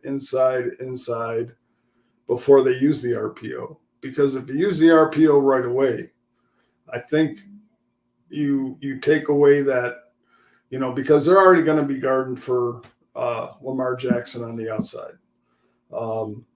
So, I mean, and you got Micah Parsons there who is pretty apt at being able to run down a Lamar Jackson because he's fast. So in this game, I think Baltimore gets back to their roots and they run the ball a lot. And I think Baltimore wins this game 20-17. Ooh, okay. I think Dallas. You're killing me. I think Dallas is going to pull this out. I don't think they fear Derrick Henry. If Baltimore gets back to their identity, yes, David, I think they have a chance. But I think Dallas is going to, after last week's embarrassment, is going to pull their heads out of the proverbial asses, and I think Dallas will come out on top of this one. Eric. Yeah, so had Baltimore caught Dallas at 2-0 and Dallas had won, they could have caught them sleeping, and they might have had a good chance here. Dallas will be locked in because they just got beat. Here's the problem: is the Lamar being right-handed, rolling out to the right. They're going to put Parsons out there every time on the edge, and so every time he tries to escape, he's going to have to deal with the athleticism that Parsons has. So that's a different. The game will come down to whether Lamar can roll out to the left and be able to make plays from the left side, which Dallas has the athletes to stop that from the other side. But he's going to have to make more difficult throws rolling out to the left in order to win I don't think Baltimore's offensive line could line up against Dallas and pound them. So it's going to be Lamar and ad-libbing from the left side that makes the difference. And Baltimore's receivers need to do something here. They've got to make some outstanding plays, or our boy Tez Walker should be playing. Because I mean, if you can't figure this out after so many years and with this quarterback, you need to move on. So I don't think that happens. I think Dallas is a bad matchup for them, and I think Dallas beats them. Let's go 34-17. All right. San Francisco at LA Rams. LA Rams are got no receivers. They're hurting. I'm going San Francisco in this game. Eric? Yeah, so San Francisco's pissed off, right? So they got beat. And, they've got some injuries, but not to the injuries that the Rams have, right? The Rams are, wow, they're beat up. And I think San Francisco coming in pissed off with the Rams just getting decimated. I think it could be a bad year for our Rams nation there. I've got San Francisco 45 to the Rams 10 in they slaughter. Oh, wow, David. I am doing that, but again, when you look at the injury report, it kind of speaks for itself. Not that San Francisco isn't beat up. McCaffrey's out, Debo's out. I think you're going to see Juwan Jennings have a great game this week, and George Kittle. They really got to start getting Brandon Ayuk. They paid him $30 million, and he hasn't been the guy that you're getting $30 million worth of. So if there's any time for him to step up, it's got to be this week. And so, yeah, but the Rams injuries are just too much. When you're rolling out Tyrone Johnson and Demarcus Robinson as your starting wide receivers, and your starting tight end is on the PUP list to start the season. You got Colby Parkinson. Man, that's a tall task against that defense. So, yeah, San Francisco wins this game. Yeah, considering Brandon Ayuk has to wake up because he's 6 catches for 71 yards this year, which I guess thinks he's getting paid $1 million a catch or something like that. So he better pull his head out of this. Eric, you get Detroit at Arizona. Ooh, this is a good one. Right? This is a good one. This is a good one because Arizona can score and they can have some fun. Yeah, so I think if the Lions lose, they're in trouble. And here's why. Because I think a lot of teams are gunning for them. And when you're Dan Campbell and you say the things you say and you do the things you do, and other teams watch that, they're like, okay, this is the NFL. And so, there are some things that you just, you don't do. And I think so a lot of times being a big personality equals big-time pressure. So I'm going to go Lions because I think their back's against the wall and they know it. But it could be one of those games that we look at and we're like, we're all wrong here. David. I'm going to take Arizona in this game because I think the one thing that Kyler Murray will be able to do is take away the biggest threat on the Detroit Lions defense, and that's Aiden Hutchinson. His scrambling ability will frustrate the hell out of Aiden Hutchinson in that defensive line. And the fact that he can make throws and plays while rolling out, I think he's like the number 1 rated passer outside of the pocket this year. I mean, what Kyler Murray's done coming back from his knee and being able to be like the old Kyler Murray before his injury. And I know it took him a year, which most ACLs and stuff like that do. But, he's getting Marvin Harrison Jr. involved. He's getting Wilson involved. He's getting Greg Dortch involved. James Conner's been running like a beast. And Trey McBride, the tight end. And I love their corners and the safety. I love Budda Baker. And I just think I just have this feeling that Arizona is going to shock the world and beat Detroit. I mean, might not be a shock to the world, but I really like this matchup, and I think Arizona comes out on top. Yeah, this is a tough one because I can see it both ways. because Arizona has been putting up a lot of points over 2 games. But I think Detroit's just a little bit better team. I'm going to go with Detroit so long as Dan Campbell doesn't do something stupid. And that's another reason why I'm picking Arizona, because I think Dan Campbell does something stupid. Yeah, I could totally see that happening. Okay, so David, one of our last 3 games here. This is Sunday Night Football, Kansas City at Atlanta. This is going to be a good game. Yeah. I mean, this week you are going to find out if Xavier Worthy was worth the first-round pick. Your running game is decimated. Isaiah Pacheco's out. You're going to be running Carson Steele and Samaj P. Ryan. Okay. I mean, Rashee Rice. Kareem Hunt. Yeah. And, well, he won't play this week. He's on the practice squad. I mean, Rashee Rice has been playing outstanding. This is the game that you're going to have to get Travis Kelce involved early and often. Man. Who are they playing again? I'm sorry. My brain is just Atlanta. Yeah, and again, that last 2-minute drive with Atlanta, you saw Kirk Cousins start to come back. They do have Algier and Robinson. Darnell Mooney got involved in the offense. Drake London was making plays. Ray McLeod's making plays. Still no Kyle Pitts, but he's been in there helping to block to take the pressure off of Kirk Cousins because he's not mobile. So he's been able to do that and do it pretty effectively. Are they playing in Atlanta or Kansas City? At Atlanta. I'm taking Atlanta to upset Kansas City and send Kansas City to 2-1. Okay. That's why you lose, sir. Good day. This Kansas City defense is good. And let's face it, Atlanta, when they faced a decent defense, they got, 4 field goals? Maybe 5 and lost the game. This defense for Kansas City is just too much for them. So I am going to go Kansas City. Eric. Yeah, they had 10 points, Sean.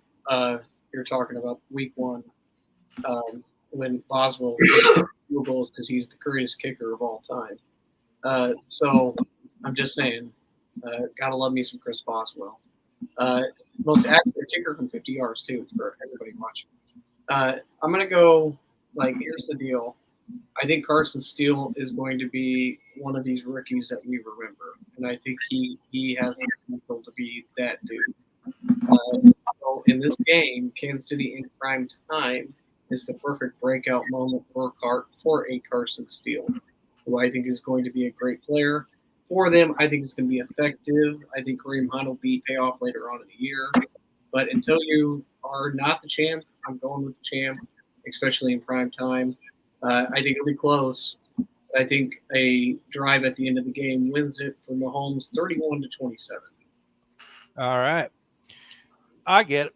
Jacksonville at Buffalo. Well, let's face it. Jacksonville is not home, meaning London. So they're just playing like complete crap. Buffalo's winning this game. I was going to make a bunch of funny stuff about it, but we're running out of time, and I got tacos I got to make. So, Eric, Jacksonville or Buffalo? I'll be quick. Jacksonville has had Buffalo's number, but I think they stink. And so this is a game Buffalo probably needs to win in order to be competitive for the 1 seed at the end of the year. I think Buffalo wins, but it'll be close. Jacksonville will hang around. Give me Buffalo 23-20. All right. This game scares me just because Jacksonville – it seems like Jacksonville plays their Super Bowl against Buffalo every time they play them. I mean, they have Buffalo's number. And, Travis Etienne always has good games against Buffalo when he plays. But I think this time, Buffalo figures them out. Christian Kirk hasn't been playing good. Trevor Lawrence hasn't been playing good. But I agree with Eric. I think Buffalo wins, but it's going to be like a 27-24 game. It's going to be close. All right. And that's the first game of the Monday night doubleheader. So for those of you on the East Coast, 7:30 start time. For those of us on West Coast time at the moment, we have a 4:30 start time, which sucks because most of us work till 5. Eric, you got the last game of the week, Washington at Cincinnati. And that'll be the game where I'm sleeping through, right? Because I mean, who cares? Yeah. Do we really think Washington? Does anybody here think Washington's going to beat Cincinnati? Because Cincinnati's desperate and has to have this one. I think it's going to come down to a few things. Is T. Higgins still holding out, or is he going to come back and play, or does his hamstring still hurt? He's signed. Jamar Chase is the one who's not. No, but T. Higgins is signed to the franchise deal, so I mean he's not a happy camper. So he's got a hamstring injury that's going to be 4 months long, right? Yeah, it's going to be till week 8. I'm better now. Yeah. So again, I just look at it from the standpoint of, they lost Joe Mixon. They only have Jamar Chase. I mean, Gesicki's been playing well, but if Washington can get pressure on Burrow, that offensive line, and Jaden Daniels has been playing pretty well. And Brian Robinson has been huge in the run game, and Austin Eckler out of the backfield. And are they playing in Washington or Cincy? Cincy. Pressure's on the home team. Pressure's on the home team to perform. 20-17, Washington wins. All right. Well, there goes our picks, and I'll get the picks from KD and Jeff. I'm sorry? Who do you have? Oh, I have Cincinnati. Okay. You asked if anyone believed that Washington was going to beat Cincinnati. I was like, no. Hey, he's the lone dog. I'll be the lone wolf. I gotta make up ground some way. Yeah, not that way though. The Washington's Chargers been playing good ball. All right. Cincinnati hasn't. All right. So we're gonna go to the last word, and you know what? I'm gonna take it this week. I took the first word, and I'm gonna take the last word. I'm going to implore fantasy football commissioners to please limit your leagues to 10 teams. When you have your regular starting roster, then you start adding in flex players and super flex players and all this other junk, and you got 12 teams in the league. There just aren't enough players. So like when the injury bug happens now, you got no one to pick from. And basically you are one injury away from your whole team going down the toilet. If you only have 10 teams, I have one at 8. I like that. There's plenty to go around for everyone. And I don't do the super flex and all that junk. So next year, when you're instead of scrambling to get more players in fill the last 2 spots in the league so we have our 12 teams, just go with 10. Plus, when you divide out money, it's easier. You divide it by 10 instead of by 12. That's all I have to say. Listen, I'm telling you right now, a good fantasy manager can manage it. I am 2-0 because I don't take injury-riddled players. I don't have to take Christian McCaffrey with my first pick knowing that every other year he's hurt. It's called study the game, my friends. Take the people who are healthy and stay healthy. That is the key to success. I have Josh Allen. Knock on wood. Josh Allen's missed 2 games in his career. Okay, I don't take Saquon Barkley because Saquon Barkley every other year misses. I don't take Christian McCaffrey because Christian McCaffrey misses. I take the best ability is availability. Dave, I looked at you in your claim of beating my butt in the Gym Class Heroes. You won by like 18 points, and that's because my dumbass left Christian McCaffrey in. And yeah, I was more focused on beating Jeff because he talks so much crap. And then you focus on the wrong things, my friend. The wrong things. All right. While you're sitting there and I'm beating you up, just because I'm not rude to you like Jeffrey is, doesn't mean I don't savor the winning. It doesn't mean I don't love to just. I beat Eric. I'm cool. Who was on the cover of Madden this year? Yes, I know. Christian McCaffrey. Sorry, but anytime someone's on the cover, you never pick them. I picked Christian McCaffrey first overall last year. I did not pick him first overall this year because I knew this was going to happen because of the Madden curse. Anyway, just it's the best thing is my buddy Timmy in my league had Christian McCaffrey and Isaiah Pacheco, and he lost them both. Oh my God! Yeah, see, but he's got no one to pick up now. So maybe P. Ryan or whatever, he could maybe do that, or maybe Kareem Hunt if someone hasn't pounced on him. But there's not enough players. Yeah. To see, I'm last in the waiver order because I'm 2-0. Right. I'm the only 2-0 team in my league, so I enjoy that because I pick smart, and I picked number 2 overall. I always enjoy our last word. Everyone's got to comment on it, so y'all just got to shut the hell up. Only have 10 teams in your fantasy league. The last word, and then the 10 rebuttals to my last word. Right. That's the whole point. Is you're supposed to say what you got to say, then the show ends. So we're going to end it right here. But thank you guys for tuning in. We look forward to seeing you next week. Get your picks in ftcsports1@gmail.com to win that sweatshirt. Come on, folks, let's do it. Put them picks in. We will see you guys next week from the couch. Take care. The outro, David, please.